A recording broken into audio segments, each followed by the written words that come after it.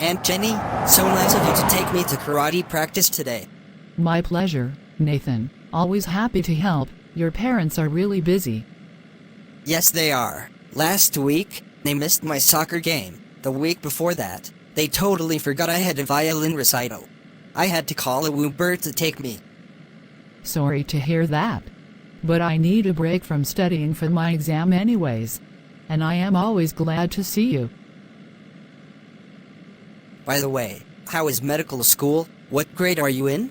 We don't have grades really. I am in second year. Are you learning anything interesting? Yes, this week we learned about shock. What do you mean, shock? Like a surprise? Or is it like an electrical shock? No, Nathan. Shock is when your organs and tissues don't have enough oxygen to function. I heard that before. We learned that in science class, from Miss Weissman. Oxygen is carried by red blood cells. Are you saying there are not enough red blood cells? That's exactly right, Nathan. Your parents are always so proud, how smart you are, and how well you do in school. Thanks for saying that, Aunt Jenny. But how would that happen? I mean, not enough oxygen? Great question. In fact, there are different types of shock. One type of shock is called hypovolemic shock. That happens when your body loses fluid, like bleeding. Like when you get slashed by Freddy Krueger? Yes, I didn't know you are a fan of Nightmare on Elm Street. A real classic. But Mom says I shouldn't be watching those. I may turn into a violent criminal. I doubt it. Anyway, that's one type of shock. Another type is what we call a pump failure. You lost me there. Imagine if blood has to get to the organs and tissues. Somehow your body has to pump it there. You know what that pump is called? The heart. You are right again, Nathan. Yep, we learned that in science also. Like Dad always says, public education hasn't completely failed me. So, the heart may be pumping poorly, and that can cause shock. We call that cardiogenic shock. What causes that? Let me guess. A heart attack? Great answer. I am thinking you should be taking my cardiac final exam. Isn't that what Grandpa had before he died? No, actually he had a stroke. Ah. So that makes two types of shock. There is a third type. That one is a bit more difficult to understand. Took me a while to wrap my head around it. It is called distributive shock. What in the world is distributive?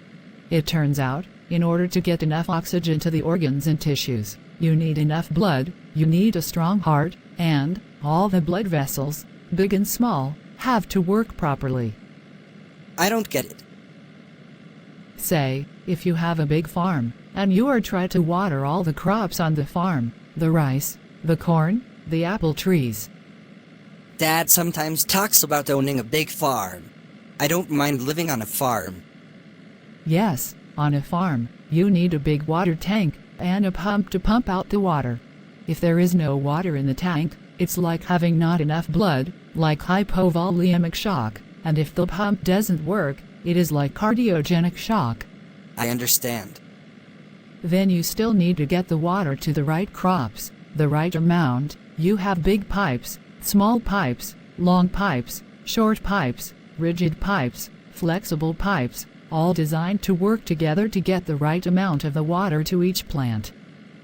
In distributive shock, think of the pipes not working right. Some pipes are clogged up, some pipes are leaking, and somebody may have even sabotaged the whole system. The water is going into the ditch, or even around the crops entirely.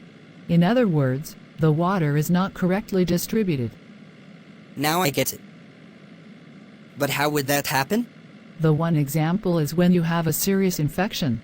When you are infected with a bacteria or a virus, the immune system tries to fight it. A great battle goes on. You mean like when you catch a flesh-eating bacteria? Yes, like that. That's gross. That's shock. All different ways we can get very sick. Very interesting, Aunt Jenny. Maybe I will be a doctor one day. Looks like we are here. Enjoy your practice. Oh, don't forget your water bottle. Thanks.